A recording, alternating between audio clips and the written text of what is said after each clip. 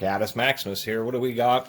The new Titan 1/4 inch super mini or super micro Roto head reversible round head ratchet. So Roto head ratchet is a round head ratchet, except for it's a flex head, and how they do it is via having a center pivot. This just happens to be a super compact one, and actually I think the industrial design on this is actually better than some of Titan's other micro ratchets, or even some of their other ratchets, period.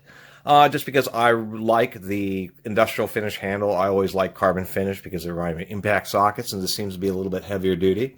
They do have a nice handle profile, which is, it still has a bit of a sharp edge, but it is tapered, so I like that much better, even if the laser etching isn't quite centered with the flat of the fork. This is obviously a Taiwanese contract manufactured item, but it does have some really nice knurling. That actually is some good knurling, and on a Roto head ratchet that's a micro, that's just awesome because you can just spin it like a screwdriver or just go back and forth. And that's one of the distinct advantages of a Roto head ratchet, say, versus a standard flex head ratchet. Once you get a bolt loose, you're still kind of offset, and you're kind of in a funky situation when you're trying to quickly remove a fastener that's maybe a little bit rusty or crudted up, so you can't just spin it out with your finger. You got to ratchet it all the way out. These are nice because you can get them straight, and just like a breaker bar, you can just spin them out real fast and easy. The swivel head on this is actually rather stiff. It's one of the stiffest ones I've run into, particularly for its size. It does have a pretty nice ball detent, so it holds onto the sockets pretty darn well.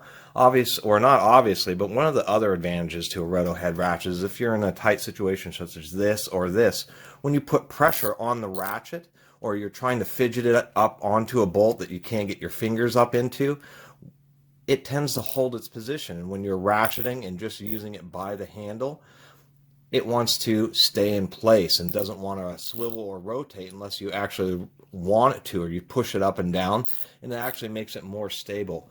What I mean is when you use a standard flex head ratchet, if you're in an same awkward situation, you're trying to get this on a fastener, it will push the head away, and then you can't do anything but push the head back and then try again. That doesn't occur with the Roto head ratchet.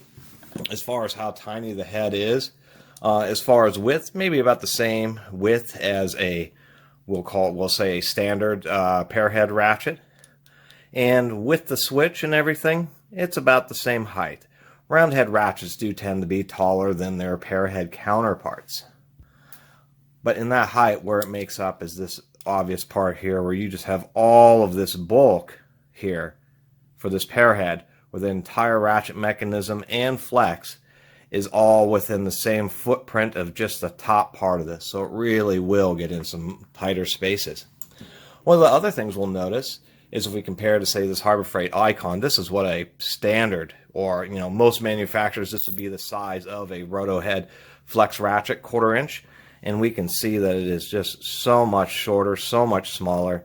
The head is just way narrower. So it's definitely not going to have the strength that this one does, but it's still pretty good. 90-tooth mechanism. And I like that it's not quick release, just a solid regular anvil. I do appreciate that, and it is rebuildable. This is going to have what's known as a walking dog. So it's a single pawl, but when their single pawl mechanism is in a Roto head ratchet, as you're ratcheting, the pawl actually goes all the way around, so it's kind of called a walking pawl, and I'm sure we'll find the same heart spring as we do in most other types of modern round head ratchets. But who knows? We'll find out in a second here. We do have these are like the 15-year-old Titan clutch micro 1/4 inch ratchet, and we can see in this case that it's still not as small as the smallest ratchet Titan's ever had their name on, but it's still pretty good. And if we compare the head height, the nice thing about these clutch ratchets is there's nothing on top, not even a switch. And we can see that, well, I should turn it this way because it's a little easier. If I can get it lined up, it's about the whole switch height, maybe 1/8 of an inch taller. And as far as the head width, surprisingly enough, it's actually a little bit wider than this clutch ratchet. So this is still going to be the smallest of Titans.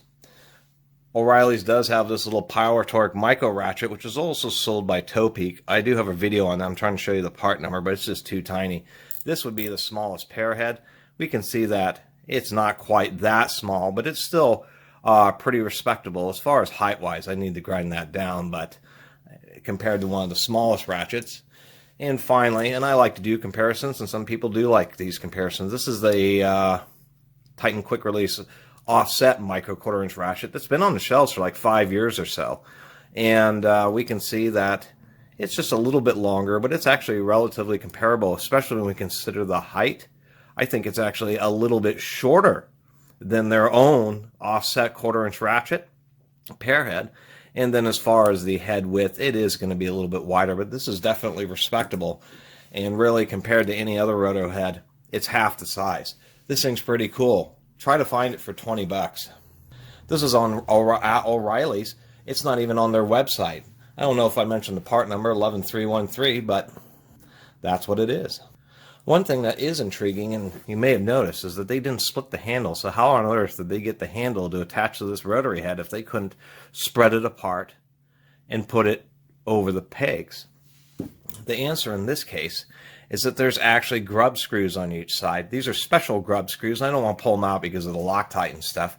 Where the end of the screw has had the threads machined off, and then they just poke into a little hole. So if the handle and head ever fail, and I suspect that rather than having, the 1/4 inch drive fail, it'll be these grub screws that fail, that you actually have the opportunity to be able to repair it. And I do appreciate that. You could even buy little grub screws yourself and just carefully grab it with a drill and then put it on the edge of a grinding wheel and even grind down your own little tip onto it. So it's something that you could totally fix in the shop, and I think that's pretty cool. And then you get this nice handle that doesn't have the interruption of having that split that's in there. So let's go ahead and just take a quick look at the ratchet mechanism in this. If I can do it the correct direction here. Come on now. And this should be a heart spring, so you want to be careful when you take apart any of these little Roto ratchets in general. We can see that it is a neat screw where this screw has a shoulder. So this is something that's designed to screw all the way down and torque, and leave enough space for the reversing switch to operate. So let's pull this out without losing this heart spring. And indeed it is, just like these.